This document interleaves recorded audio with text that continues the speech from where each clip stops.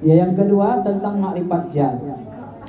Apa yang disampaikan Bapak tadi sangat bagus, dan saya dulu sebenarnya berpendapat sama seperti itu. Tapi setelah kita belajar dengan ulama-ulama yang rosih, yang tinggi ilmunya, jadi sebenarnya semakin kita dalami, semakin paham kita tentang Allah, maka nanti pengetahuan kita bisa dikatakan makrifat zat atau makrifat mendekati zat. Boleh nggak kita mengenali zat Allah? Menurut sebahagian ulama, sahabat, Nabi SAW itu melihat zat Allah, seperti Ibnu Abbas, Abu Hurairah, Abdullah bin Mas'ud, kemudian Anas bin Malik, pembantu Rasulullah 10 tahun. Sedangkan Aisyah mengatakan Nabi Muhammad tidak melihat zat Allah. Jadi di antara ulama besar sahabat ini pun berbeda pendapat. Jadi kalau menurut saya, kalau Nabi SAW sudah pernah melihat zat Allah, berarti zatnya bisa dikenali. Kan begitu. Siapa yang mengatakan begitu? Ibnu Abbas, ahli ilmu, bahrul ilmu, lautan ilmu.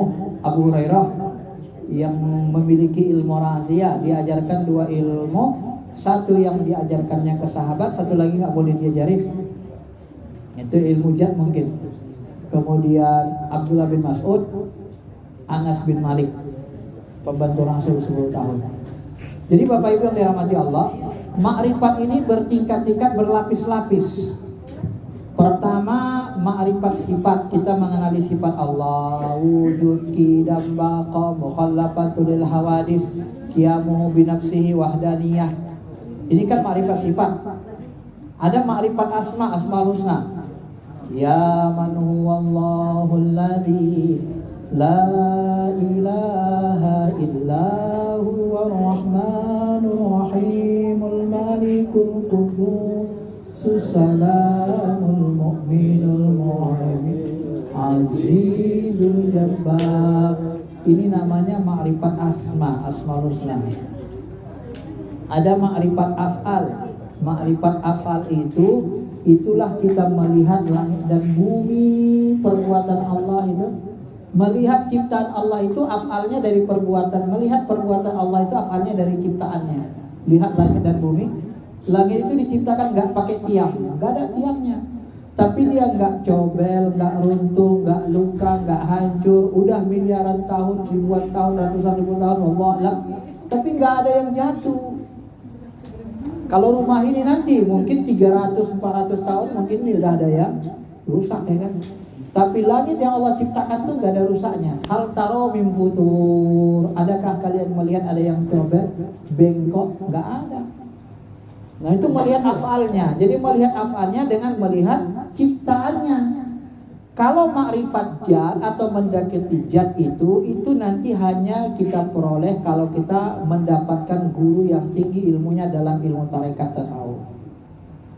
Untuk memudahkan paham begini, tafakkaru fi khalqillah wala tafakkaru fi zatillah. Ini dulu pemahaman saya.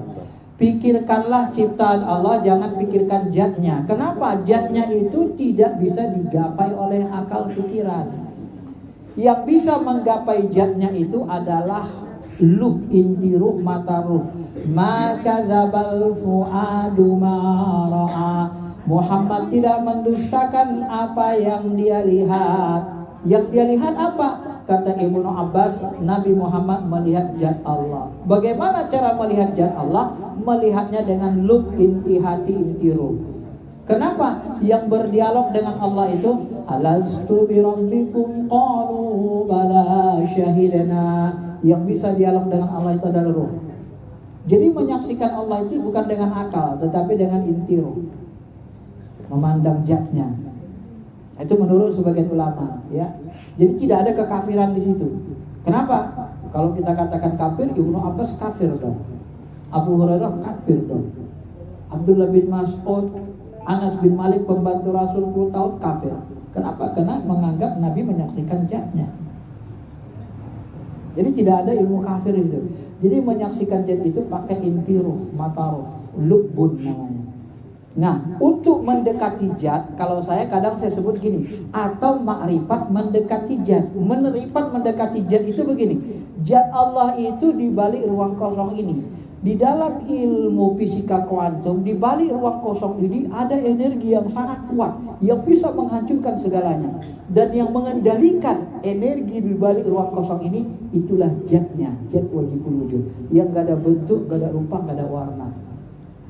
Nah, jat Allah itu bagaimana bentuknya? Nggak ada. Laisa kamitslihi syai'. Maka di dalam akidah Thahawiyah dikatakan muhitum bikulli syai' wa huwa mustaghna 'anil 'arsy. Dia tidak butuh kepada aras.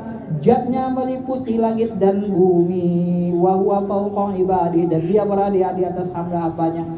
Lalu dikatakan akidah Thahawiyah, akidah salaf, bukunya matan akidah Thahawiyah, dia katakan tidak ada yang bisa meliputi segala-galanya kecuali Allah.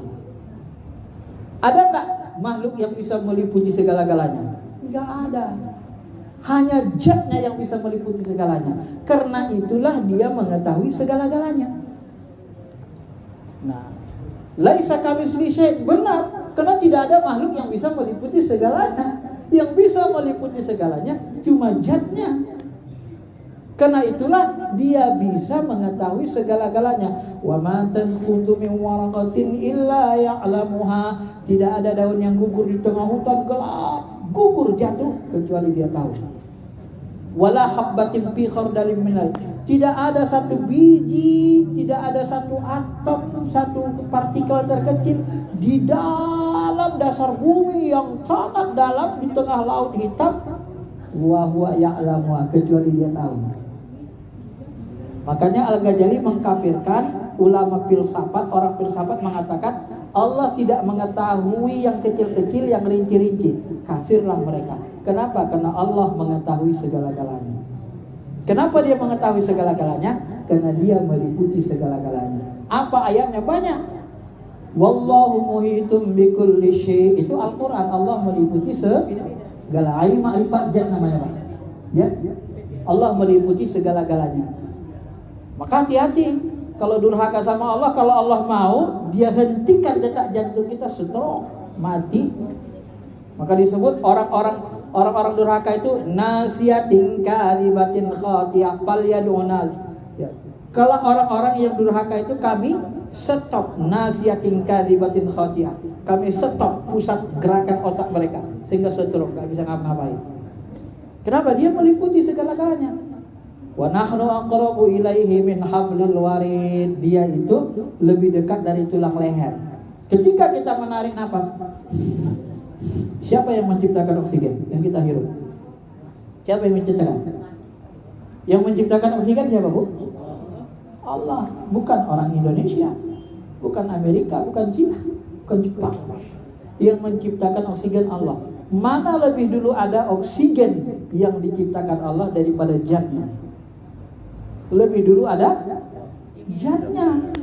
Jatnya dulu ada, baru ada oksigen. Gak mungkin oksigen lebih dulu ada dari Allah. Kenapa? Yang mengadakan oksigen Allah, yang maha ada. Maka sebelum kita hirup oksigen, sebenarnya kita ketemu dulu dengan Allah di situ. Baru oksigen kita hirup. Maka dia tak berbentuk, tak berupa, tak berwarna, tapi dia meliputi segala-galanya, bisa dirasakan. Ya. Maka dia disebut dengan Sang Maha. Sang Maha segalanya. Sifat jatnya itu adalah Allahu nurus samawati wal ard. Allah itu cahaya langit dan bumi. Jadi di situ disebut kalimat Allah. Allah itu nama jat. Allahu nur. Allah itu seperti nur, cahaya. Nah, cahaya itu apabila dia menerangi langit dan bumi, maka dia akan meliputi segala-galanya. Iya kan? Nah, itu sifat jatnya, meliputi. Nah, ini namanya ma'rifat jat. Yang saya pahami begitu. Oh iya. Jadi tidak ada kekufuran di situ. Tergantung dengan pendalaman kita. referensi yang menyatakan bahwa